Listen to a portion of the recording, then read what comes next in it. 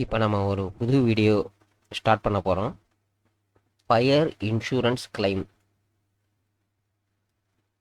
அப்படின்னா, ஒரு ஆர்கனைசேஷன் இருக்காங்க, அவங்களோட ஸ்டாக்கையோ இல்லை ப்ராஃபிட்டையோ இன்சூர் பண்ணி வச்சுருப்பாங்க against to fire assault.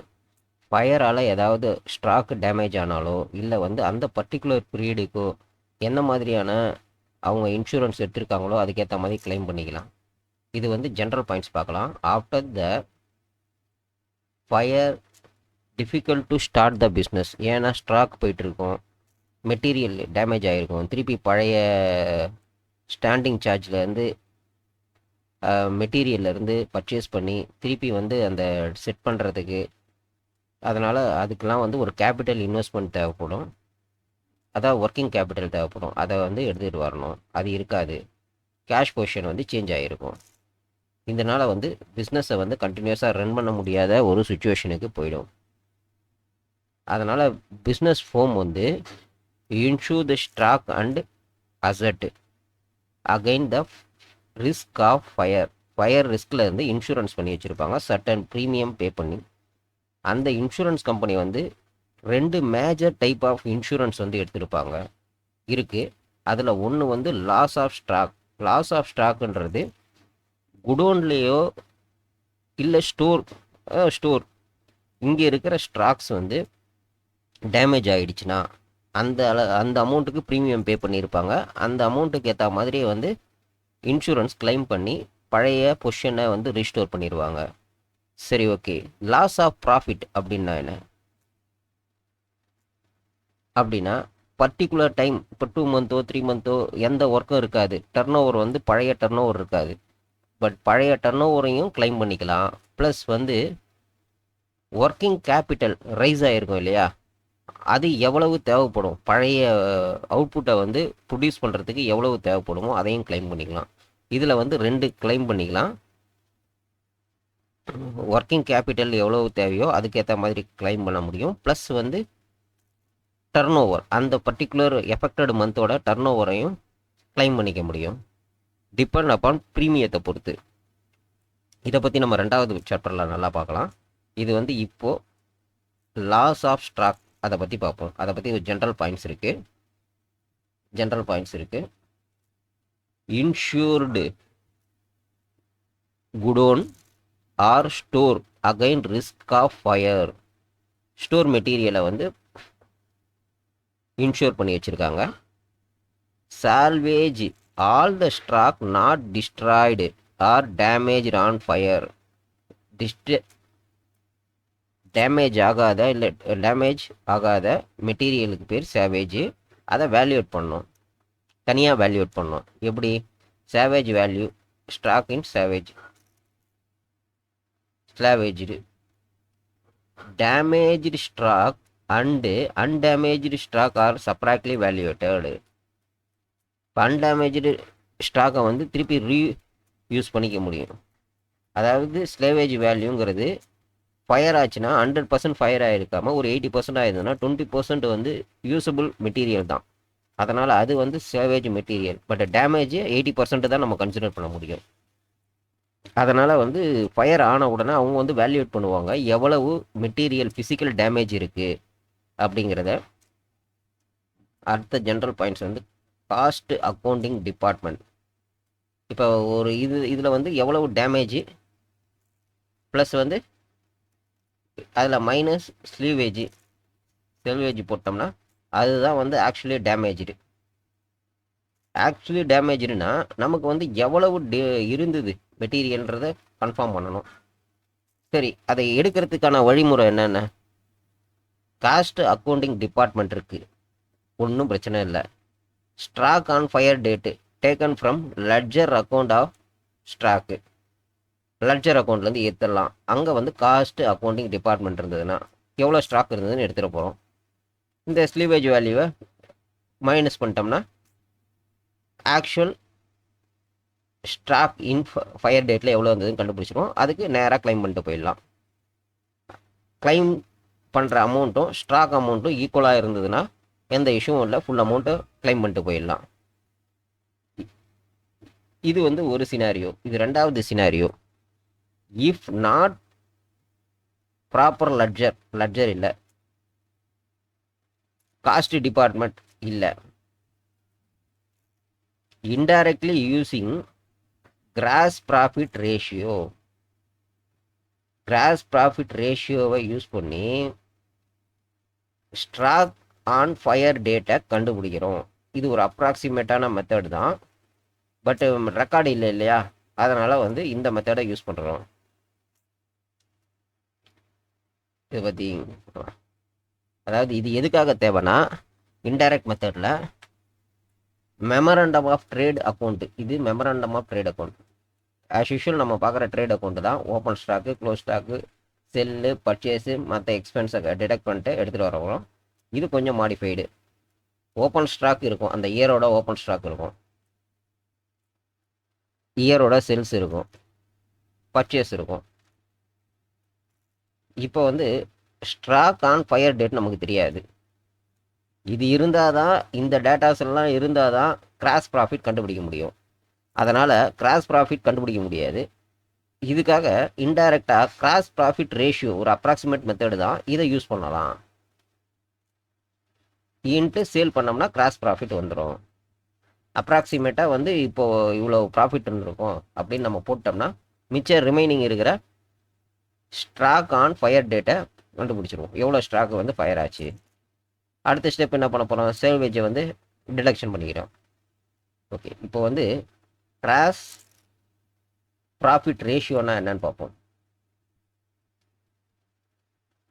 Cross profit ratio, gross profit divided by sales into 100. இது வந்து ப்ரீவியஸ் இயரோடது. ஒரே ஒரு டேட்டா கொடுத்துருக்காங்க, ப்ரீவியஸ் இயர் இருந்ததுன்னா இதை எடுத்து அப்படியே அப்ளை பண்ணிடலாம். ஒரு 2-3 வருஷத்துக்கு கொடுத்துருக்காங்கன்னா ஆவரேஜ் எடுத்து அப்ளை பண்ணிக்கலாம். ஓகே, ப்ரீவியஸ் இயரில் அட்ஜஸ்ட்மெண்ட்ஸு கொஞ்சம் பண்ண வேண்டியிருக்கும். என்னென்ன அட்ஜஸ்ட்மெண்ட்ஸ்னால், இந்த கிராஸ்டு ப்ராஃபிட்டு டோட்டல் சேல்ஸுக்கு தான். அந்த சேல்ஸ் வந்து அண்டர் வேல்யூவா ஓவர் வேல்யூவா அப்படின்றத பார்த்து அந்த அட்ஜஸ்ட்மெண்ட்ஸ் பண்ணணும். பண்ணி நார்மல் கிராஸ் ப்ராஃபிட்டை கண்டுபிடிக்கணும். அட்ஜஸ்ட்மெண்ட் இருந்தால் 100 பீஸ் வருது, 100 பீஸ் செல் பண்ணிட்டோம் அப்படின்னா இல்லை, சிலது வந்து லாஸஸ் இருக்கலாம், சிலது வந்து ரைட் ஆஃப் பண்ணியிருக்கலாம். அது மாதிரியான கண்டிஷன்ஸ் வந்து இது செகண்ட் சினாரியோ. அட்ஜஸ்ட்மெண்ட்டில் கிராஸ் ப்ராஃபிட்டில் அட்ஜஸ்ட்மெண்ட் பண்ணுவோம், மெமரண்டம்லேயும் ஆட்டோமேட்டிக்காக அது கிராஸ் ப்ராஃபிட்டில் நீங்கள் நம்ம பண்ணோம்னா மெமரண்டம் ஆட்டோமேட்டிக்காக அட்ஜஸ்ட் ஆகிடும். அட்ஜஸ்ட்மெண்ட்ஸ் செல்லிங்கில் என்னென்ன அட்ஜஸ்ட்மெண்ட்ஸ் பண்ணலாம், இன்டர்மீடியேட்டாக போன வருஷத்துக்கு இல்லாமல் சாம்பிள்ஸ் கொடுத்துருக்கலாம், அப்போ அது செல்லில் கழிச்சிருக்கணும். குட்ஸு ஓனர் வந்து ட்ராயிங் ட்ரா பண்ணியிருக்கலாம், அதையும் கழிச்சிடணும். சப்ரஷன் ஆஃப் சேல்ஸை வந்து அழுத்தி வச்சுருக்கலாம், விற்காமல் குடோனில் ஸ்டாக் வச்சு அப்புறம் ஒரு சர்டன் பீரியடுக்கு அப்புறம் விற்கலாம் அப்படின்னு சொல்லிட்டு வச்சுருக்கலாம். அதையும் அட்ஜஸ்ட்மெண்ட் பண்ணணும். அதெல்லாம் அட்ஜஸ்ட்மெண்ட் பண்ணிவிட்டு இந்த சேல்ஸில் மாறும். அப்போ வந்து இந்த ப்ராஃபிட் வந்து நார்மல் கிராஸ் ப்ராஃபிட், இது வந்து கிராஸ் ப்ராஃபிட், இதை அட்ஜஸ்ட்மெண்ட் பண்ணிட்டு நார்மல் கிராஸ் ப்ராஃபிட் எடுத்து போடணும். அது எல்லா கேஸ்லேயும் இருக்காது, சம் ப்ராப்ளம் வரும். அது வந்து அது வேறு ஒரு கேஸ் ஆஃப் ப்ராப்ளம்ஸ் வரும், அதுவும் பார்க்கலாம் நம்ம. அடுத்தது normal item and cross profit ratio எப்படி எஃபெக்ட் ஆகுது.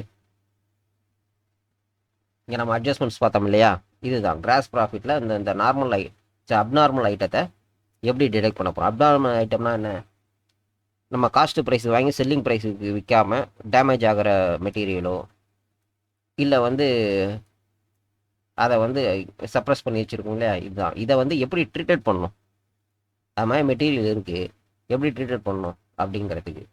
புவர் சேல்ஸ், ஒரு பாட்டை வந்து ரைட் ஆஃப் பண்ணிருவாங்க. இப்போ 100 ருபீஸ்னால் ஒரு 50 ரூபா ரைட் ஆஃப் பண்ணிட்டாங்க அப்படின்னா இந்த 50 ரூபாயை டிடக்ஷன் பண்ணிக்கணும்.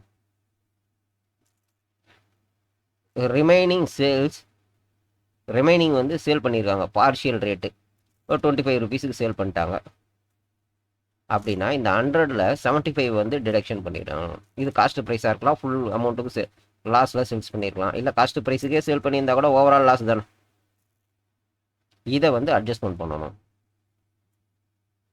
Eliminate of abnormal item grossed profit, அந்த ஐட்டத்தோட வேல்யூவேஷன் வந்து கிராஸ்டு ப்ராஃபிட்டில் வந்து எலிமினேட் பண்ணணும்.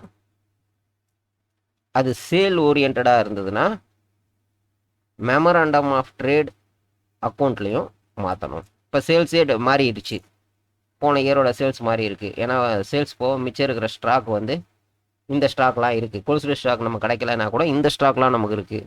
அப்படிங்கிறப்போ அதுலேயும் அட்ஜஸ்ட்மெண்ட் பண்ணணும். யூஸ்வலி நார்மல், அதாவது நாங்கள் cross profit ratio sales for previous year, இந்த அட்ஜஸ்ட்மெண்ட்ஸ்லாம் எதுவுமே இல்லைன்னா, அட்ஜஸ்ட்மெண்ட்ஸ் கொடுத்துட்டாங்க, அப்நார்மல் ஐட்டம் கொடுத்துருக்காங்க, அதில் வந்து ரைட் ஆஃப் பண்ணது சேல்ஸ் பண்ணது எல்லாத்தையுமே கொடுத்துருக்காங்க அப்படின்னா அதை எப்படி ப்ரிப்பேர் பண்ணணும்? நார்மல் ஒரு காலம், அப்நார்மல் ஒரு காலம் டோட்டல் பண்ணி போடணும். ஏன்னா அப்நார்மல் ஒரு காலம் போட்டால் தான் உங்களுக்கு ரைட் ஆஃப் பண்ணதும் லாஸ் ரிமைனிங் வந்து பார்ஷியலாவோ ஃபுல்லாவோ சேல் பண்ணது, லாஸுக்கு சேல் பண்ணது, காஸ்ட் ப்ரைஸ் சேல் பண்ணுறதெல்லாம் டிடெக்ட் பண்ணிவிட்டு ரிமைனிங் இருக்கிறது தான் நார்மல் கிராஸ் ப்ராஃபிட்டுக்கு எடுத்துகிட்டு வந்து சேர்க்கணும். இது வந்து ஜிபியில் கிராஸ் ப்ராஃபிட் ரேஷியோவில் அட்ஜஸ்ட்மெண்ட்ஸு. ஃபஸ்ட்டு ஸ்டெப்பு இந்த டேட்டாவை வச்சு கிராஸ் ப்ராஃபிட் போட்டாச்சு. அதை போட்டோம்னா ஆட்டோமேட்டிக்காக வந்து உங்களுக்கு ஸ்டாக் ஆன் ஃபயர் டேட் வந்துடும். அதுக்கு அடுத்தது average clause mean stock on the date of fire is more than insured stock, average clause must be applied. நான் ஒரு 100 ருபீஸுக்கு இன்சூரன்ஸ் பண்ணி வச்சுருக்கேன். ஃபயர் ஆன அன்னைக்கு இன்க்ளூடிங் ஸ்லீவேஜ் எல்லாத்தையும் சேர்த்து ஒரு 150க்கு இருந்ததுன்னா 100 ருபீஸுக்கு 80 ருபீஸ்னா 150க்கு அந்த லீனியர் படி 150க்கு நான் பே பண்ணணும், கொடுத்தா போதும். ஏன்னா 100க்கு 80, 150க்கு கம்மியாக தான் வரும். நான் என்கிட்ட குடோனில் அந்த ஸ்டாக்கு ப்ரீமியம் ரெண்டு ஈக்குவலாக இருந்ததுன்னா ஃபுல் அமௌண்ட்டு வந்து எவ்வளோ ஆக்சுவல் லாஸோ அதை கிளைம் பண்ணிக்க முடியும். ஆனால் இங்கே வந்து ஆவரேஜ் கிளாஸ் அப்ளை பண்ணுறது இந்த டிஃப்ரெண்ட்டு. நம்மக்கிட்ட இருக்க மெட்டீரியல் ஒரு 100 ருபீஸுக்கு இருக்குது, 150 ருபீஸுக்கு வச்சுக்கிட்டு 100 ருபீஸுக்கு நம்ம இன்சூரன்ஸ் பண்ணியிருக்கோம். ஃபயர் ஆகிட்டு 80 ருபீஸ் ஃபயர் ஆகிடுச்சுன்னா 80 ருபீஸ் தர மாட்டாங்க. டிபெண்ட் அப்பான் அந்த ஸ்டாக்கோட லீனியாரிட்டிக்கு பொறுத்து தான் தருவாங்க. இந்த கிளாஸ் எங்கே அப்ளை ஆகும்னா டிஃப்ரெண்ட் வந்து ஸ்டாக் ஆன் டேட் ஃபயர் டேட்டில் இருக்கிற ஸ்டாக்குக்கும் இல்லை குடோனில் இருக்கிற ஸ்டாக்குக்கும் இன்சூர் பண்ணியிருக்க ஸ்டாக்குக்கும் டிஃப்ரெண்ட் இருக்கிறப்போ இந்த கிளாஸ் வந்து அப்ளை ஆகும். Actual loss stock equal to இது ஆக்சுவல் லாஸ் ஃபயர் ஆன அன்னைக்கு இருந்தது மைனஸ் செல்வேஜ் வேல்யூ கழிச்சாச்சு. இப்போ இதில் டிஃப்ரெண்ட் வந்துருச்சு, ப்ரீமியமுக்கும் இன்சூர்டு ஸ்டாக்குக்கும் இதுக்கும் டிஃப்ரெண்ட் வந்துச்சு. இது ரெண்டும் ஈக்குவலாக இருந்ததுன்னா இது 1, இது 100 1, ஆக்சுவல் லாஸ் எவ்வளவோ ஃபுல் அமௌண்ட் வந்துடும். இது ரெண்டு டிஃப்ரெண்ட் இருந்ததுன்னா சம் வேல்யூஸ் வரும். இன்சூரன்ஸ் அமௌண்ட் அதிகமாக இருந்து இது அதிகமாக இருந்தால் அதுக்கேற்ற மாதிரி அதிகமாகவே வரும். இது அதிகமாக இருந்து இது கம்மியாக இருந்ததுன்னா இதனோட பர்சன்டேஜ் குறையும். இந்த கிளைம் எப்படின்னா insured stock divided by stock on date of fire, actual stock இதை எடுத்துகிட்டு வந்து இங்கே போட்டுறோம். ஈக்குவலாக இருந்ததுன்னா ஓகே, ஆக்சுவல் ஸ்டாக்கு நமக்கு ஓகே வந்துடும், இல்லைன்னா அதுக்கேற்ற டிஃப்ரெண்ட் லீனியராக வரும். இப்போ லாஸ் ஆஃப் ஸ்டாக்கில் வந்து என்னென்ன ஸ்டெப்ஸ் இருக்குது? First crossed profit ratio previous year கொடுத்துருக்காங்களா இல்லை ஆவரேஜ் நம்ம எடுக்கிறோமான்னு பார்த்துட்டு, அப்புறம் அட்ஜஸ்ட்மெண்ட் சேல்ஸில் அட்ஜஸ்ட்மெண்ட் பண்ண போகிறோம். என்னது? அப்நார்மல் ஐட்டம் அட்ஜஸ்ட்மெண்ட் பண்ணணும் ஃபஸ்ட்டு. அதுக்கப்புறம் அதை மெமரண்டலில் ப்ளேஸ் பண்ணி ஸ்டாக் ஆன் ஃபயர் டேட்டு, இதில் எந்த அட்ஜஸ்ட்மெண்ட்ஸும் இல்லை, டைரெக்டாக டெரைவ் பண்ணி எடுத்தாச்சு. அப்புறம் ஆக்சுவல் லாஸு என்ன, இதை வந்து ஸ்லேவேஜ் கூட மைனஸ் பண்ணிட்டோம்னா டிடெக்ட் பண்ணோம்னா ஆக்சுவல் லாஸ் வந்துடும். அதுக்கப்புறம் ஆவரேஜ் கிளாஸு ஃபைல் பண்ண போகிறோம். ஃபைனலாக வர்றது தான் கிளைம் பண்ணுறக்கூடிய ஒரு அமௌண்ட்டு. இப்போ இது 5 ஸ்டெப்ஸ் இருக்குது. இதில் ஒரு ஸ்டெப்ஸ் வந்து எடுத்து ப்ளேஸ் பண்ணுறது தான். இந்த 5 ஸ்டெப்ஸை கிராஜுவலாக போட்டோம்னா எவ்வளோ வரும்? லாஸ் கிளைம் வந்து இது வந்து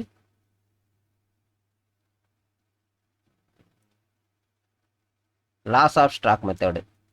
இதில் ஒரு 3-4 ப்ராப்ளம் பார்க்கலாம். பார்த்தோம்னா உங்களுக்கு ஒரு கிளாரிட்டி வந்துடும். அதுக்கப்புறம் லாஸ் ஆஃப் ஃபயர் பார்க்கலாம்.